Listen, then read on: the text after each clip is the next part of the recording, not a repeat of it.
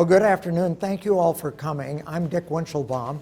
I'm a professor of both medicine and pharmacology, but what I'm really here to talk with you about is taking the products that have come out of the Genome Project and applying those to try and help us understand how each of us is going to respond to drugs in a different way. Now, we begin by all of us knowing that when we take exactly the same dose of the same drug, some of us do fine. Some of us, we get no effect at all, which is bad because we want the drugs to work.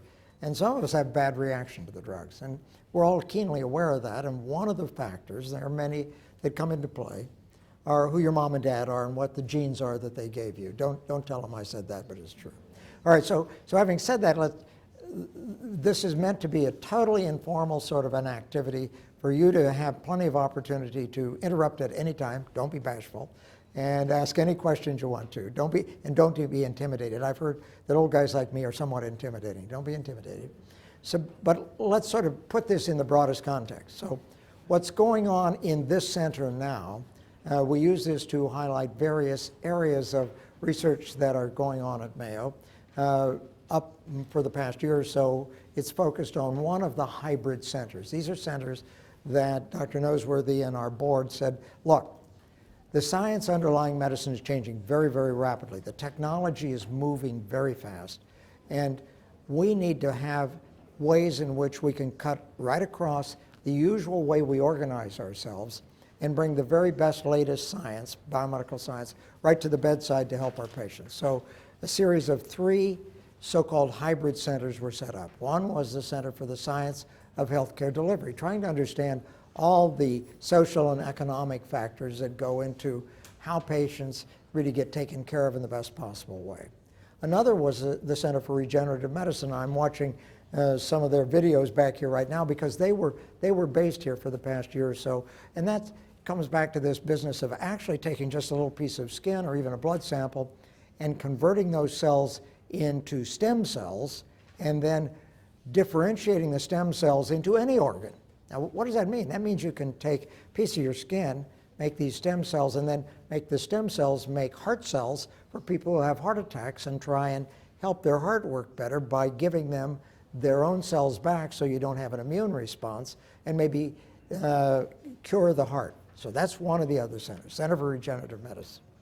The center that I'm here representing is the Center for Individualized Medicine, known to its friends as CIM, for the Center of Individual. Got it? See, you'll be my test. If she smiles, I've actually said it right. Okay, so the deal here is that we're trying to take what comes out of the Genome Project, this modern genomics, and bring that right to the bedside, to move beyond the research laboratories and actually use genomics to take care of patients. Now, we have a whole bunch of translational programs that do this. And one of them that I lead with my colleague, Dr. Li Wei Wang, is the pharmacogenomics program. So what it's trying to do is to take our understanding of genomics, of all that 3 billion nucleotides of DNA sequence that all of us got from mom and dad, and say, can we begin to tailor drug therapy based on knowledge of the genome? Now, the fact of the matter is, we've known for a long, long time that it is important who you pick for mom and dad. That is, those genes really do play a role in the way you respond to drugs. So what's happened over the past 30 years or so is we've gained a lot of information about genomic information that will help us tailor drug therapy.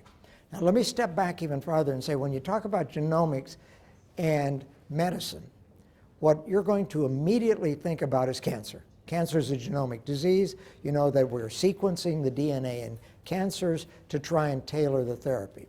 That's true, but frankly, in the broader sense, what I'm going to be talking about is genomics for everybody, everywhere, for every patient.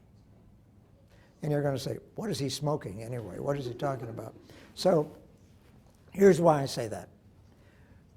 Cancer, thank God, does not, it's a very common disease, but it doesn't affect everyone. But every one of us takes drugs.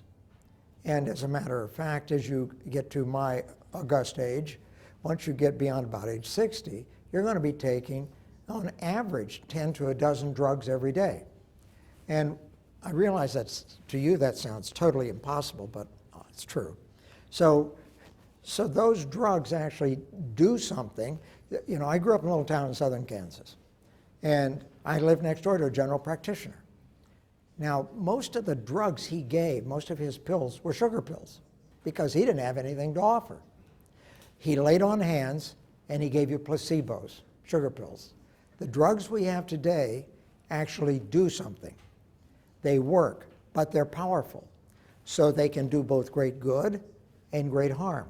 The number one rule in medicine is, first of all, do no harm. So we want to avoid the bad things the drugs can do. I'll give you a concrete example in just a minute. Number two, we want to maximize the good things they do. That is the efficacy. Have the drugs work? And let's take one concrete example that really applies to pharmacogenomics and actually has some Mayo origins. The number one cancer of kids is acute lymphoblastic leukemia of childhood. You've all tragically known somebody who's had a child with leukemia. When I was in medical school, which she would say was in the Paleolithic era, okay, and that would be true, that would be a true statement. When I was in medical school, if we saw a child with ALL, that child would be dead within 1 or 2 years. We had nothing to offer. My daughter's a pediatrician in North Carolina. If she sees one of these children, she's beside herself if she can't cure the child.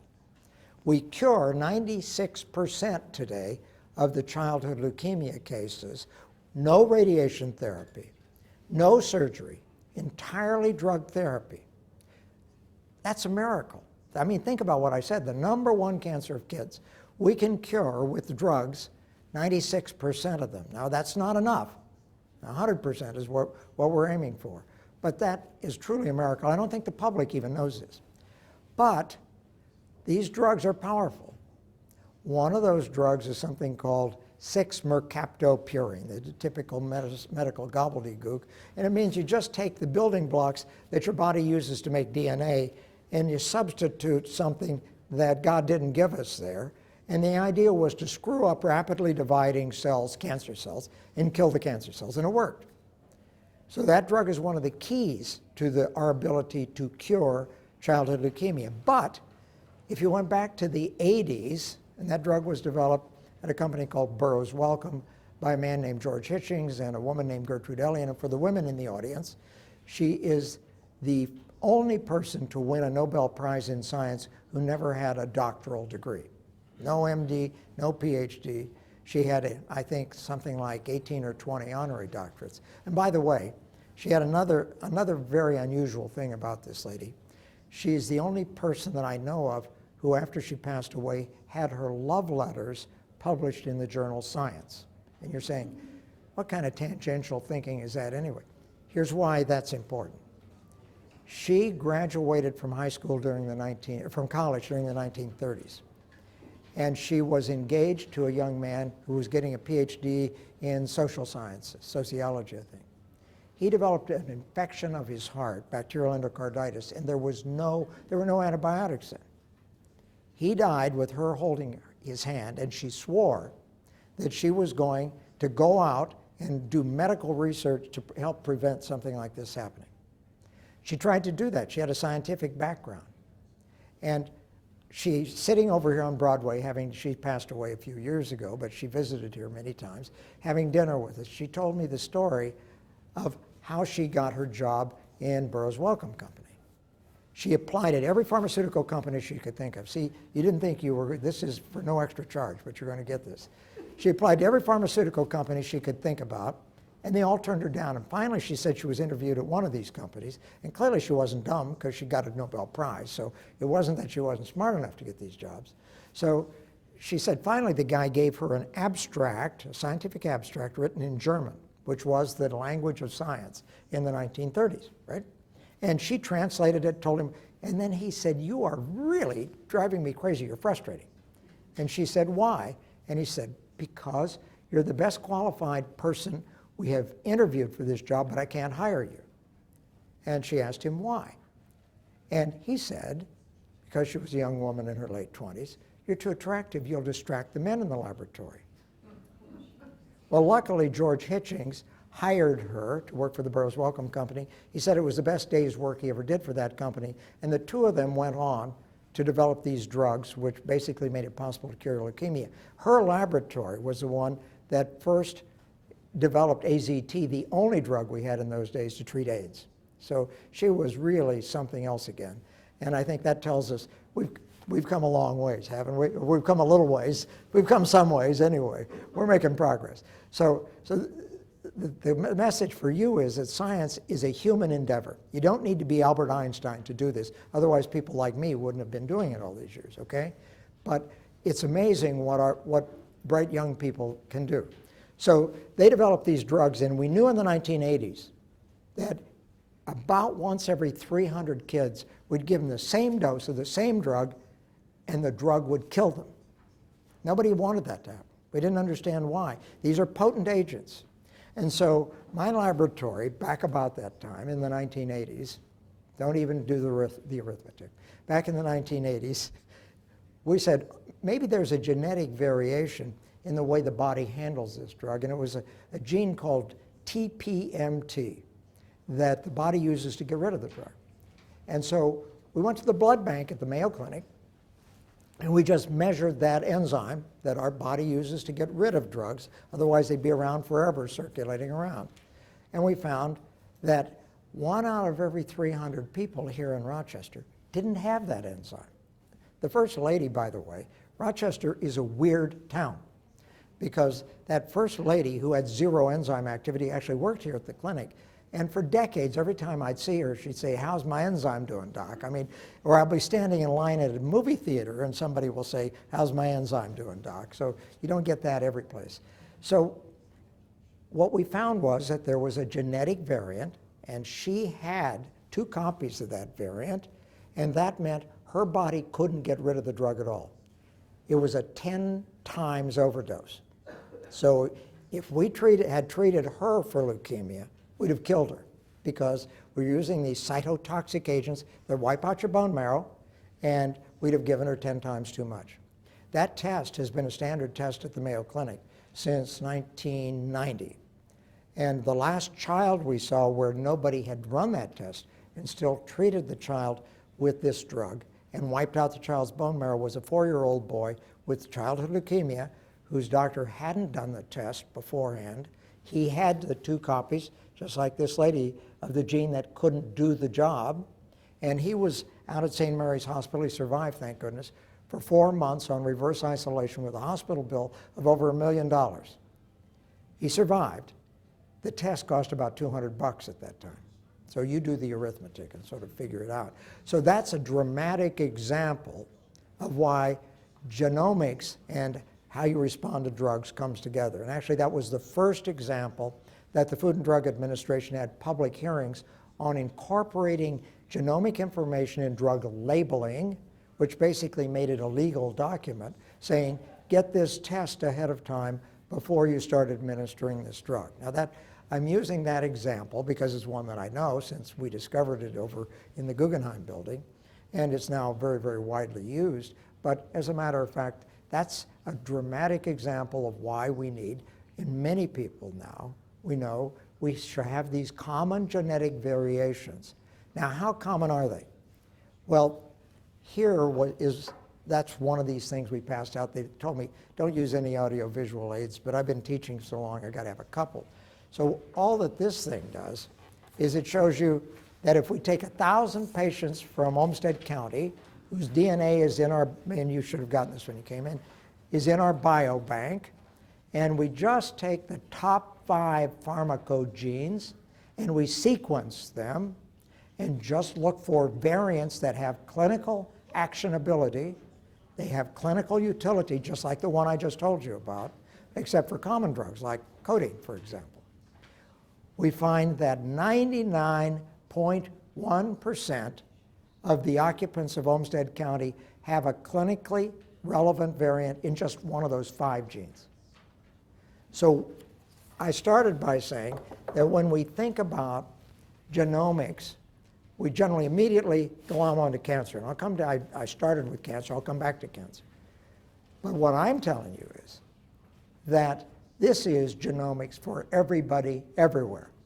Now, I'll come back in a minute and explain what we're trying to do with that. That's a very different message. That is not to say that it's not important in cancer. It's important in cancer. But this is the sort of thing that affects everybody. And before my family is treated with these drugs, I'd like to make sure that we know that they can actually take the drugs and get the desired effect and not get a bad side effect together with them. So how is Mayo beginning to approach this? Well, we've been doing this stuff, as you can gather, and she probably did the arithmetic, for a long, long time. By her standards, infinite time, okay? So we've discovered a lot of these variants. What we're trying to do is say, how do we actually get that to the patient? So what we started by is to say, okay, we'll put together, every time a doctor writes a prescription, because now we have electronic health records, and all this can be done electronically, we will put together a way to put drug-gene pair rules into our electronic health record. So let's assume a doctor writes a prescription for codeine. And probably most of you have had Tylenol number 3 with codeine at some time. The dentist used to hand it out like candy, okay? Well, codeine is itself not a painkiller. I know most people think codeine is a painkiller. It's not. It depends on your body and my body and these enzymes to convert codeine to morphine, okay? Now, about 20% of a European population can't do that, and I happen to be one of them. So if I'm given codeine, I get all the bad side effects and none of the good pain relief, okay? So that's bad. We're not getting the efficacy. But there are some people around who have multiple copies of this gene. Now they start making more and more morphine. All right, we all read the Star Tribune and know that we're having an epidemic of morphine and heroin overdosage, which if you get too much of it, what happens? You stop breathing. Let me give you a concrete example. Because I come from a little town in Kansas. I kind of think in terms of individual examples. So let's take an individual example. All of this, unfortunately, really occurred. 35-year-old woman in Toronto, professional woman, had been trying to have a baby for a long time, became pregnant, delivered a perfectly healthy little boy. I think he weighed about 9 pounds. But she was this, first-time mom, worried about everything, as first-time moms appropriately are, not sure she's doing the right thing, and he didn't seem to be nursing properly. And she took him to see the pediatrician the first week that they were back from the hospital. Pediatrician said, overly anxious mom, sent her home. The next day, the child was found dead in his crib. All right? The Toronto police found that because the child hadn't been nursing, I wish I were making this up because it's such a disturbing story, but it's true. So she had breast milk in the refrigerator. They assayed the breast milk and it had doses of morphine that were beyond toxic. She had been given Tylenol number 3 with codeine when she left the hospital for episiotomy pain. I won't bother defining what that is, but the women will immediately know what I'm talking about. So she had been taking this, and she noticed she was kind of groggy, but she thought maybe, this is what happens when you have a baby. The Toronto police were about to arrest her for putting morphine in the child's milk when a man named Giddy Corone, who was a clinical pharmacologist at the Hospital for Sick Children in Toronto, tested her for the ability to convert codeine to morphine and found that she was an ultra-rapid metabolizer and her body made tons of morphine, which went into her breast milk, went into the baby, and killed the baby because he stopped breathing from a morphine overdose. I can't even think of any. It's just, for anyone who's ever had children, it just terrifies you to think about it. It was published as a case report in Lancet. Immediately, the guy at the hospital, I'm trying to help you understand why this is important. You're probably getting the message. He then went out. 80% of the women in Canada and the United States who were leaving the hospital after childbirth were at that point in time being prescribed Tylenol number 3 with codeine. 80%. He went out and surveyed in Canada for other cases, and he found them. They were all called SIDS. They were all sudden infant death syndrome, but it wasn't SIDS. It was that mom, how could anyone know that this was happening? Immediately, the FDA put out a ban on codeine in any way, shape, or form for a nursing mother or pregnant woman who was leaving the hospital. That was done in the United States and in Canada and in Europe.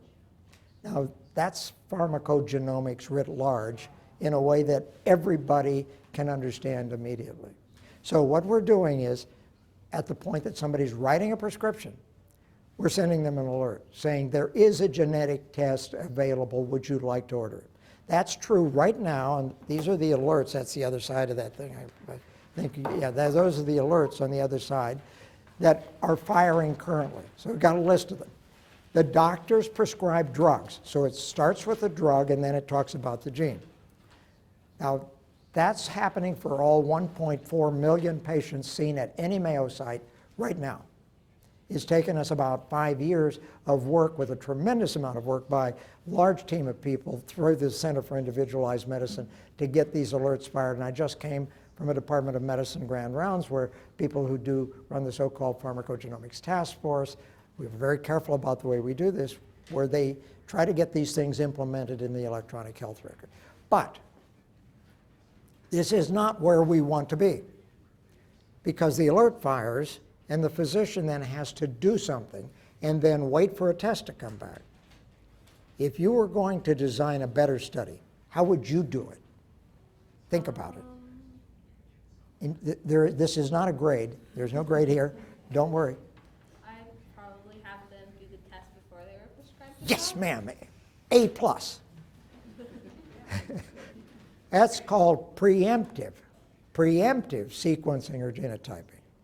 So what we want to do is to do the testing first and have it sitting there in your electronic health record, just like your electronic health record knows when you were born and what your blood type is and all that stuff, to have that information there. So the alert will not say there's a test available. What the alert will say is the patient sitting right there looking at you right this minute is homozygous, has 2 copies of this bad gene, and if you prescribe a thiopurine drug, you're going to get her in trouble. That's what we want to get to. Now, we already are doing that with these 1,000 people because we already know that. That information has gone into their electronic health record. So what we're going to do, and are in the process of doing right now, is taking 10,000 samples of DNA from the biobank, where the people who put it in said, I want you to use this information to do medical research. And in a collaboration with the Baylor Genome Center, we are sending that DNA to be sequenced, and notice I said sequenced, and I'll come back to why that's important, to be sequenced for 76 genes that we currently have evidence play some role in variation in drug response phenotypes, either bad reactions or lack of the desired effect. And look, one is just as bad as the other. If you're curing leukemia, I want my child treated with something that's going to work, okay? So to do that, to sequence 76 genes using DNA sequencing in 10,000 people, how long do you think that would take? In the old days, it would have been That's amazing, because for this 1,000, it took us almost a year to sequence 1,000. We can now do it in 6 weeks for 10,000. And that tells you something about how rapidly things are changing. So that information will be in the electronic health records of these local patients, and it'll be there by the end of this year.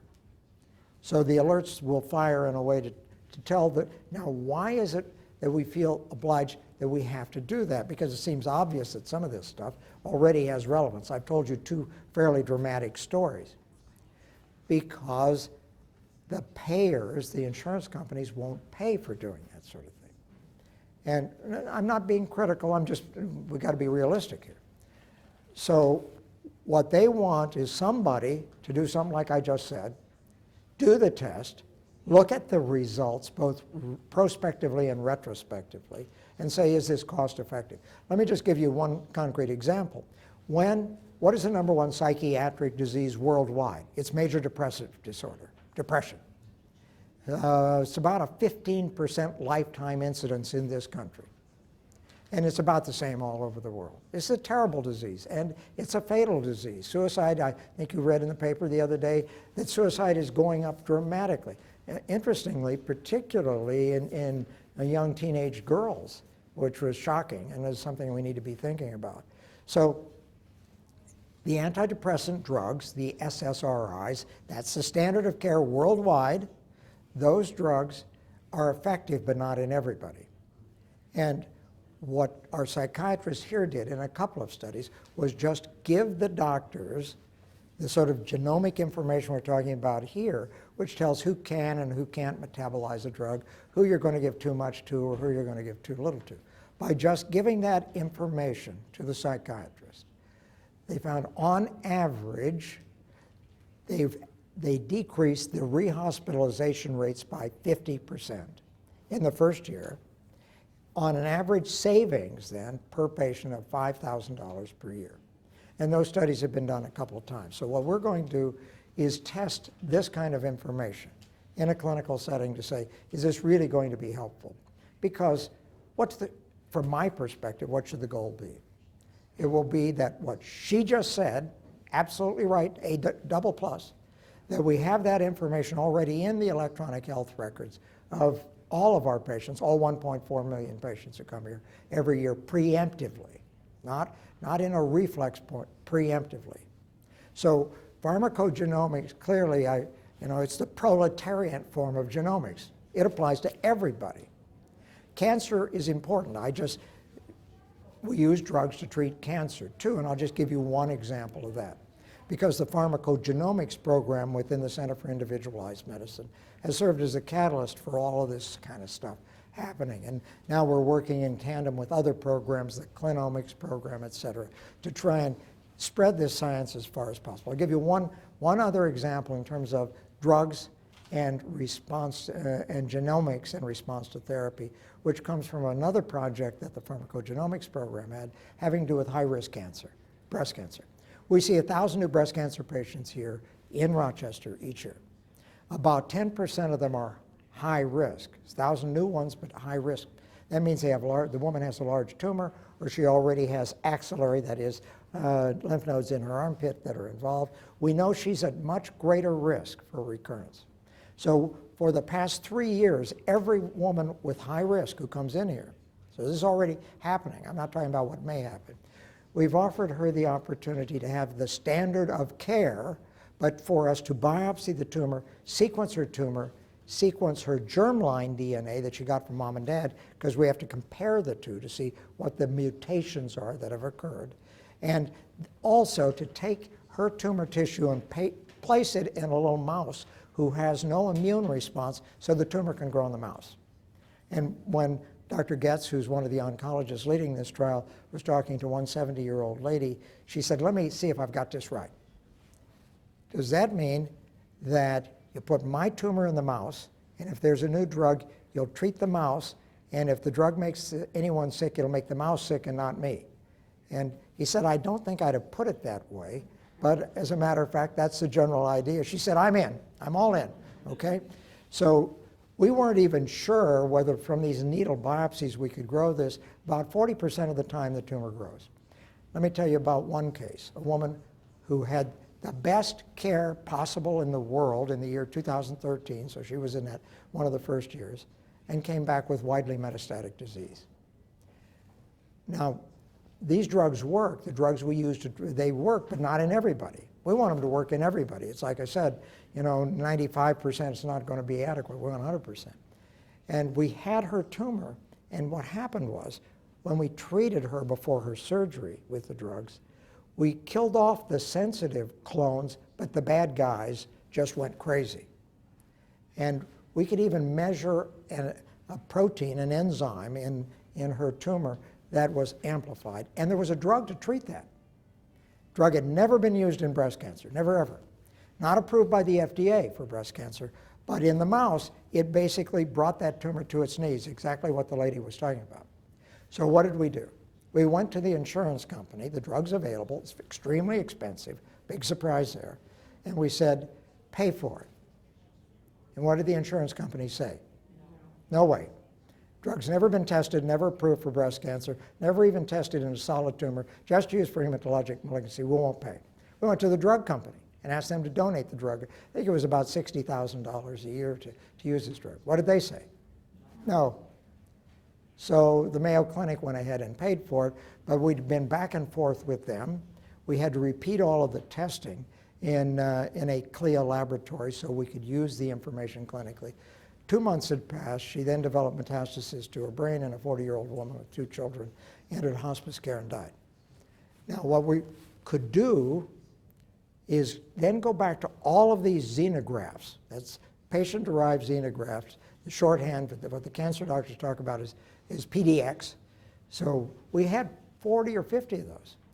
So we could test them, and we found about a third of the tumors that grew up actually had this same enzyme amplified. So what we're going to do in the next phase of the beauty trial, which will begin later this year, is test at the very beginning, not wait for the disease to metastasize, and get permission to use this drug as an experimental drug to treat the women who have the elevated expression of this biomarker. Once again, genomics, once again applied to drug therapy, but trying to identify a new drug. Now, I've been doing all the talking here. I hope you have the impression that genomics, as I said to a group I talked to this morning, that we are now well down the line from the Genome Project. This all comes out of the Genome Project, basically. The Genome Project was described in the lay press, in Time magazine, etc., as a race to the finish line. Francis Collins racing against Craig Venter. You remember the picture on the cover of Time magazine of them grudgingly shaking hands with each other with President Clinton, making them get together, okay? Well, the fact of the matter is, it was not a race to the finish line. It was a race to the starting line. And what we're talking about here will affect every patient everywhere with regard to helping the doctors select the best drug. And at that point, they said half an hour, I'll finish, I'll be happy to answer any questions that anyone has. And we ought to have a special award for the young lady sitting up here on the front row. She put up with this whole thing and even the abuse of being asked a question. So, comments or questions? And I'm used to comments too. Yes? Well, I guess I really want to know how soon before this becomes widespread for everybody, that we can all be tested. There are now several companies that have tests available that will give you a report, and we're now talking, as was just said at the Medicine Grand Rounds, of several $100s to do this for most of the common variants that are out there. So it is and is going to be widely available fairly soon. The issue is, how do you incorporate all of this into the way you get care, and how can you, if you have a car accident in New Mexico, can the doctor there have it? All right, see, you begin to see, and look, if I told you your CYP2D6 was star 4, that wouldn't mean much to you. We've got to make this intelligible to the average person, too. So, and to the average doc. The average doc is not much different than the average person with regard to this stuff. So we have a lot of work to do, but I think it's moving much more rapidly than people like me who've been doing this forever would have guessed possible. And it's because of the electronic health records, because of computers that can do things that human beings are just too slow to do, and it's because of the technology in DNA sequencing. Now, I'll make one final comment. Had I done that first experiments with the TPMT thing in Fudan Medical School in Shanghai, I would have never seen that variant. And the reason is, the variant that's so common in Europeans has never been seen in China, Japan, or Korea. So there are big ethnic differences. What has been found in the past 2 years, to just continue, and then I'll shut up, is that a new gene has been found only in Asians. Asians don't have that TPMT thing. And this gene is called NUD-T15. There'll be a post-test for you on that. And it's just as common and just as important in Asians. That gene came over the land bridge in Alaska, and Native Americans and Hispanics express that. We don't know about the variants found in other ethnic groups, and they deserve exactly the same level of knowledge that we have from white Europeans, and we're moving in that direction too. That wasn't what you asked, but that's what I answered. I could be a politician. Any final questions, anybody? Yes. Thank you, because I think I'm one of your 10,000. Good. I hope you are. My question now is, because will I be tagged as one of those 10,000 patients, so when I see my doctor, that they're feeding info back to? Well, your doctor will know, and you'll know too, because you'll get a letter and you'll know you're included. But not just your doctor, any doctor at the Mayo Clinic who's hooked into the electronic health record, as they all. So even if you go beyond your primary care doctor, that information will be there instantly in an alert coming to the doctor. Without asking permission, without telling anybody, it'll be there. Okay, so if I'm given a drug, if I am one of these 10,000, I'm waiting. In fact, you said 6 weeks. I didn't know how long it would take for all this. It'll be to this start fall before feeding. all the information's in the alert. Okay. Thank you for doing that. Yes, thank you. Now I'm excited about this. But a question, drugs. I am taking some of these. Sure. But recently, I've taken a drug that I had a bad side effect. If I give that to my doctor, will they put that in there if it's not a drug that you're looking at? The only things that we can fire right now are the things that we have been through this rather involved administrative process. But ask your doctor, and we've got a whole bunch of other genes that we can't use for clinical decision making because I haven't been through this whole process. But we should be able to answer your question. Now, that doesn't mean we absolutely will be able to, but if it's possible in today's world, we should be able to do that. And it'll be the first of next year before all that information's in your electronic health record. Yeah, final question.